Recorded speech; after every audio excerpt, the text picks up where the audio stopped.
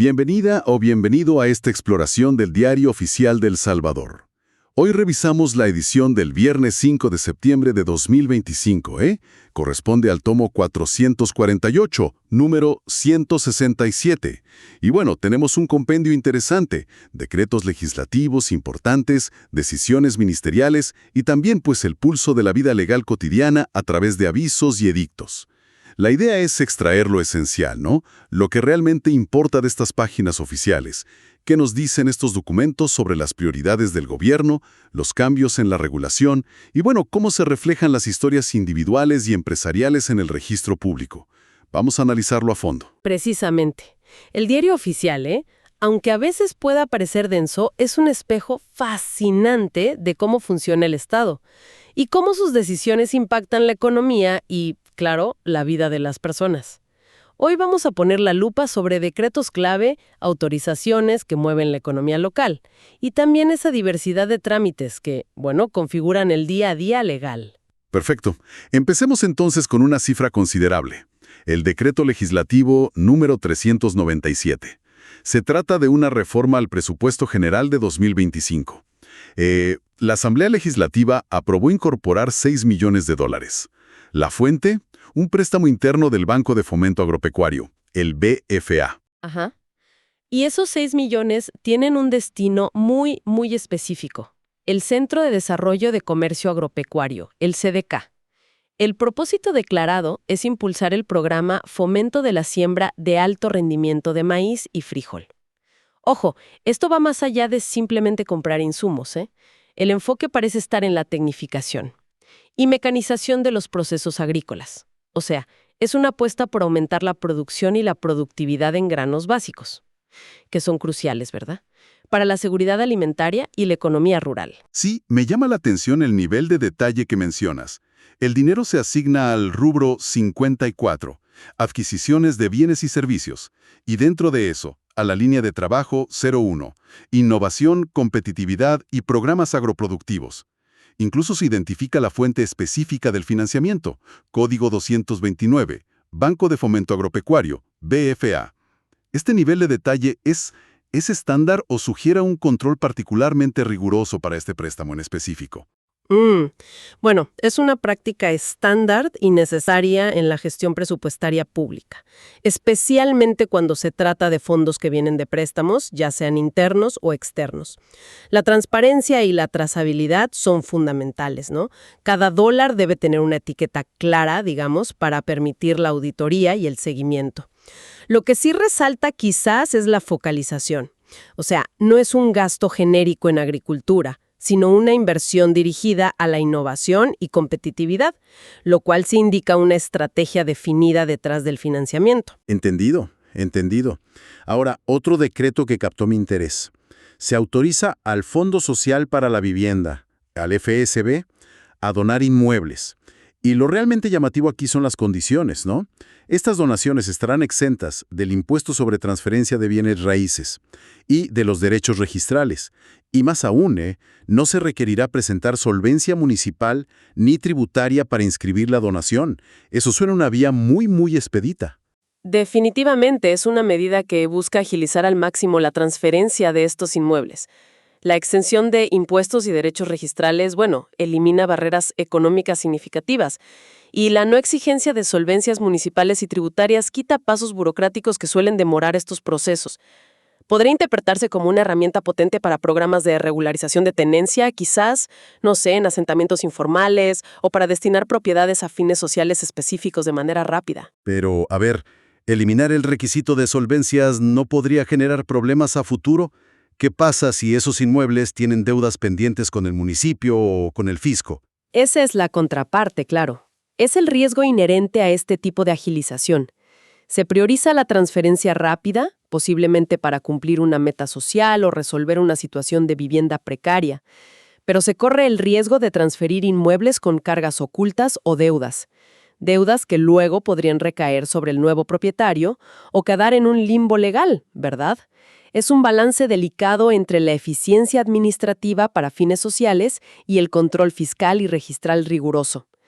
La mención de que el valor contable se fijará según valúo de mercado por Hacienda, Bueno, al menos asegura que la operación quede registrada financieramente de forma transparente para el FSB, aunque sea una donación, claro. Muy claro ese balance, muy claro. Ahora, cambiemos de ámbito si te parece. En el Ministerio de Economía encontramos el acuerdo número 16. Aquí se da un paso, digamos, en dirección contraria a los beneficios. Se revocan los incentivos de la Ley de Zonas Francas a la Sociedad Comercializadora Finos Textiles S.A.D.C.B., conocida como Comerfin. Habían obtenido estas exenciones fiscales en 2015. ¿Qué suele motivar una revocación así? Las revocaciones de beneficios fiscales en regímenes especiales como las zonas francas suelen ocurrir por varias razones. Podría ser un incumplimiento de las condiciones originales, ¿no?, bajo las cuales se otorgaron los beneficios, como metas de inversión no alcanzadas, número de empleos no generados o dedicarse a actividades no autorizadas.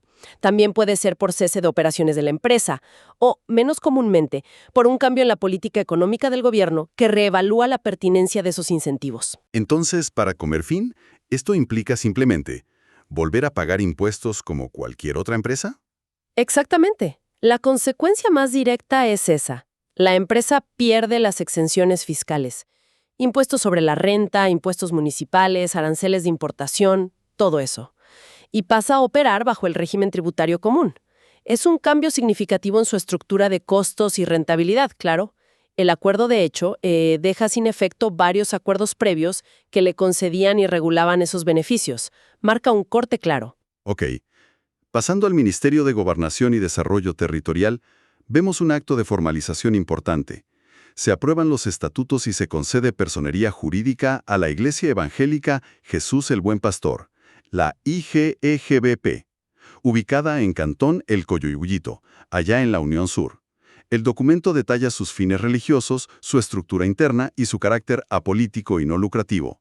¿Qué significa esto en la práctica para la Iglesia? Bueno, obtener la personería jurídica es un hito fundamental para cualquier organización de este tipo.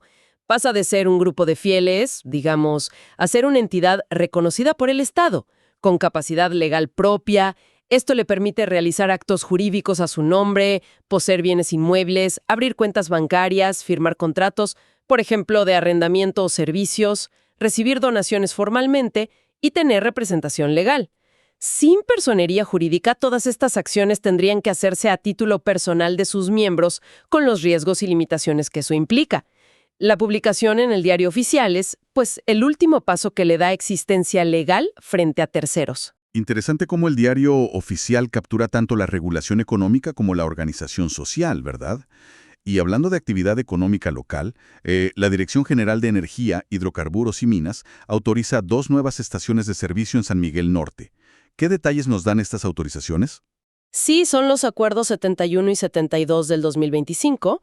El primero autoriza la gasolinera Jaguar Power a nombre de Juan Antonio Bonilla Ayala. Esto es en Ciudad Barrios, sobre la carretera longitudinal del norte. Tendrá 3 tanques subterráneos de 5,000 galones cada uno. El segundo autoriza la gasolinera Tecomatal a Luis René Quinteros Díaz en San Gerardo, también sobre la longitudinal del norte. Esta con 2 tanques de 4,000 galones y uno de 5,000. ¿Y qué implica obtener esta autorización? ¿Es solo un permiso para construir o hay más detrás? Es mucho más que eso. Estas autorizaciones son el resultado de un proceso técnico y legal bastante completo. Incluye inspecciones del sitio para evaluar su idoneidad y seguridad, la verificación de que el solicitante tiene la disponibilidad legal del terreno, ya sea propiedad o arrendamiento, y un dictamen técnico favorable de la División Técnica Administrativa Petrolera. Además, la autorización impone obligaciones estrictas: cumplir la normativa de hidrocarburos, implementar planes de manejo ambiental, realizar pruebas periódicas de hermeticidad a los tanques y tuberías para prevenir fugas y, algo crucial, obtener un permiso de funcionamiento final antes de operar.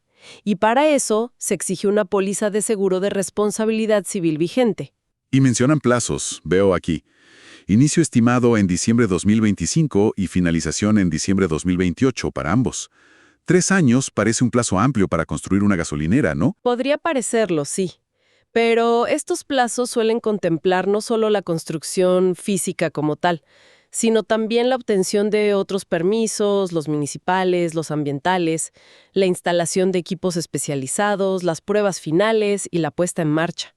A veces también se otorgan plazos máximos para dar cierta flexibilidad al inversionista frente a posibles contratiempos. Lo importante es que establece un marco temporal para el desarrollo del proyecto. Entendido, entendido. Ahora, miremos un poco hacia las instituciones y sus ajustes internos. La Oficina para Adopciones, la OPA, que forma parte de la Procuraduría General de la República, la PGR, reformó su reglamento interno. Es el acuerdo número 8. Modifica varios artículos. ¿Qué tipo de cambios se introducen aquí? Procedimientos de adopción. Fíjate que se reafirma explícitamente el rol de la OPA como Secretaría Técnica de la PGR en su calidad de Autoridad Central para Adopciones Internacionales. Esto según lo establece el Convenio de la Haya sobre Adopción Internacional, y es importante para la coordinación con otros países. ¿Y hay cambios en cómo se evalúan las familias o cómo se toman las decisiones de asignación? Sí, se redefinen o clarifican las atribuciones de unidades específicas dentro de la OPA. Por ejemplo, la unidad de calificación legal que evalúa la situación jurídica del niño, niña o adolescente, y la unidad de calificación de familias que evalúa la idoneidad de los solicitantes. También se detalla más el funcionamiento del Comité de Selección y Asignación de Familias. Este comité es el órgano que toma la decisión final de emparejar a un niño con una familia adoptiva. El objetivo general parece ser robustecer el proceso, hacerlo más transparente y garantizar la seguridad jurídica para todas las partes, priorizando siempre, claro, el interés superior del menor. Paralelamente a la formalización de la Iglesia que vimos antes, también se publican los estatutos aprobados de una organización comunitaria. La Asociación Comunal Reparto La Campanera, ACORAC, en Soyapango, San Salvador Este. Sus fines son amplios: desarrollo social, económico, cultural, coordinación con autoridades, ejecución de proyectos. Otra estructura que adquiere reconocimiento legal. Exacto. Es un proceso similar al de la Iglesia en cuanto a la obtención de personería jurídica, pero enfocado, claro, en la organización vecinal y el desarrollo comunitario.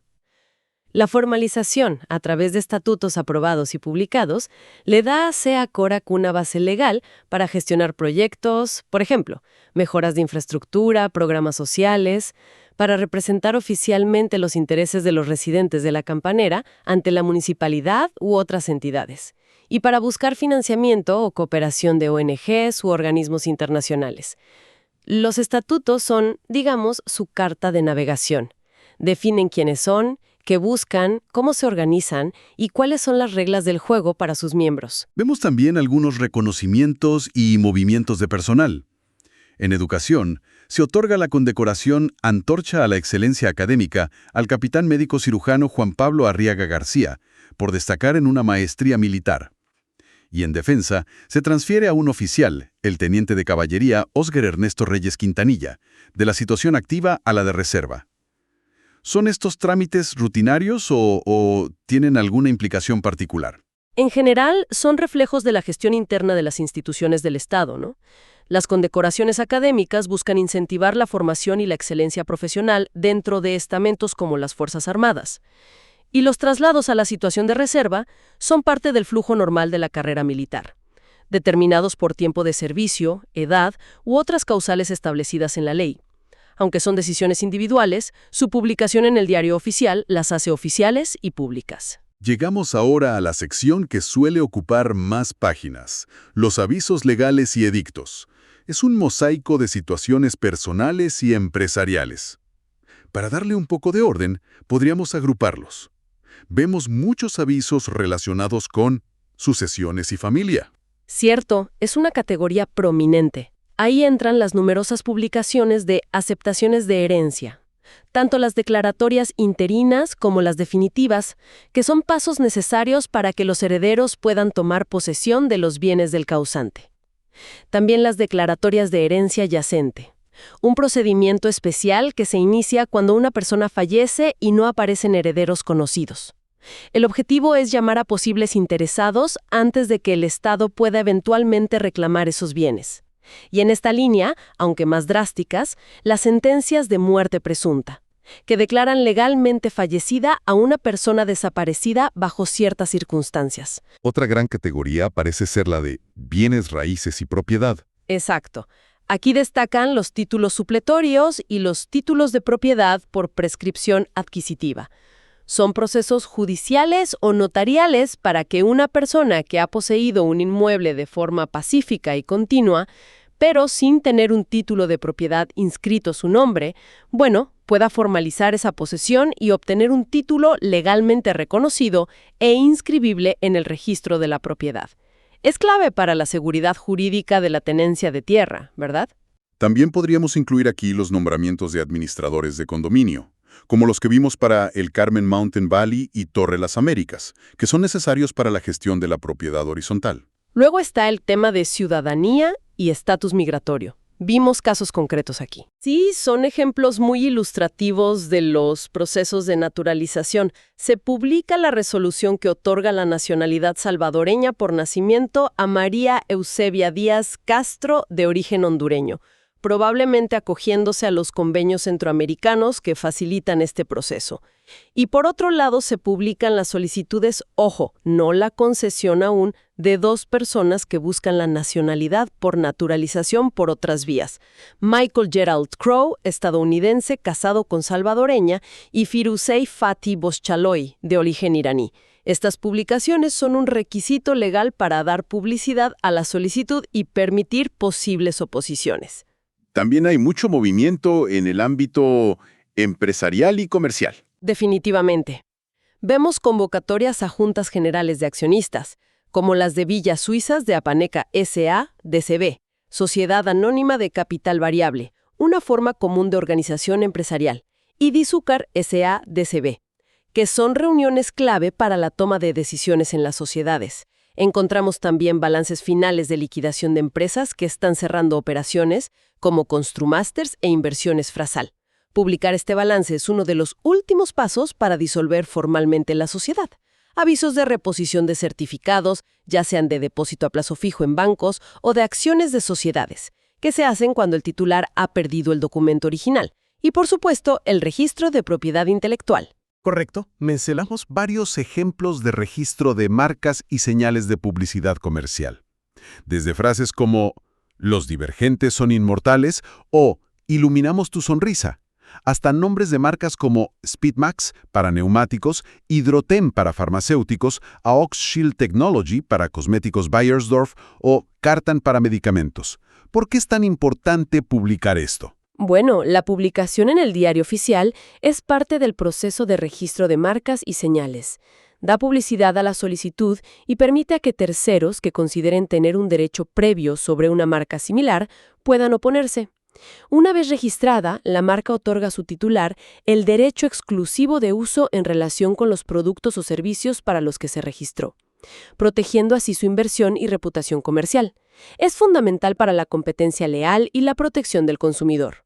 Y finalmente, una categoría transversal, los edictos judiciales. Así es, vimos que hay una gran cantidad de edictos de emplazamiento. Estos son llamados públicos ordenados por un juez para notificar a una persona, demandado, heredero desconocido, etc., cuyo paradero se ignora, sobre la existencia de un proceso legal en su contra o que le concierne. Juicios ejecutivos, civiles, de familia, etc. La publicación en el diario oficial es un requisito para que el proceso pueda continuar en ausencia del notificado, garantizando, al menos formalmente, su derecho a ser oído. Es realmente un universo de información el que contiene. Pasamos de una inversión millonaria en agricultura a la creación de una iglesia, la apertura de gasolineras, ajustes en las reglas de adopción, hasta llegar a la solicitud de nacionalidad de un individuo o el registro de un eslogan publicitario. Es increíble. Exacto. Esta revisión del diario oficial nos muestra que no es solo un boletín de leyes y decretos. No. Es un registro vivo de la interacción constante entre el Estado, las empresas y los ciudadanos. Cumple una función indispensable de publicidad legal, asegurando que los actos importantes tengan efectos frente a todos, lo que los juristas llaman efectos erga omnes, es decir, que son válidos y oponibles no solo entre las partes directamente involucradas, sino ante la sociedad en general. Y al mismo tiempo se convierte en una crónica detallada, aunque fragmentada, claro, de la vida administrativa, económica y social del país. La verdad es que después de este recorrido queda una sensación de que casi cualquier aspecto significativo de la vida formal Tener una propiedad, formar una empresa, heredar, incluso cambiar de nacionalidad, pasa en algún momento por estas páginas. Es como si el diario oficial fuera el notario público de todo un país, ¿no? Es una buena analogía, sí. Formaliza y da fe pública a una multitud de actos. Y esto nos lleva a una reflexión final, quizá. Somos conscientes de cómo estas publicaciones, que pueden parecer áridas o burocráticas, configuran el marco dentro del cual operamos todos los días, desde las oportunidades económicas que se abren con un nuevo reglamento hasta los derechos que se consolidan con una inscripción registral. Una pregunta interesante para seguir pensando, sin duda. ¿Cómo un cambio específico publicado hoy aquí, como la reforma en la OPA o la nueva asociación comunal en Soyapango, se traducirá en cambios concretos en la vida de las personas afectadas en los próximos meses o años? Ese seguimiento sería fascinante.